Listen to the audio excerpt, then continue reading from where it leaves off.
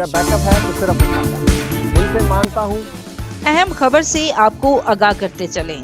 शादी सावा की रिहायशी मोहम्मद नवाज की बीवी और इसकी वालदा ने साजबाज होकर मोहम्मद नवाज की बेटी, जो कि मोहम्मद नवाज की बीवी के बदन में 7 माह की थी, इसका अबॉर्शन करवा के इसे कत्ल कर दिया, जिसकी दरखास्त मोहम्मद नवाज ने मुतलका थाने को दे रखी थी, जिस पर मोहम्मद नवाज की बीवी ने खुला का केस भी कर रखा था। जबकि जज साहिबान ने बच्ची के अबॉर्शन मॉडल की रिपोर्ट तलब कर ली।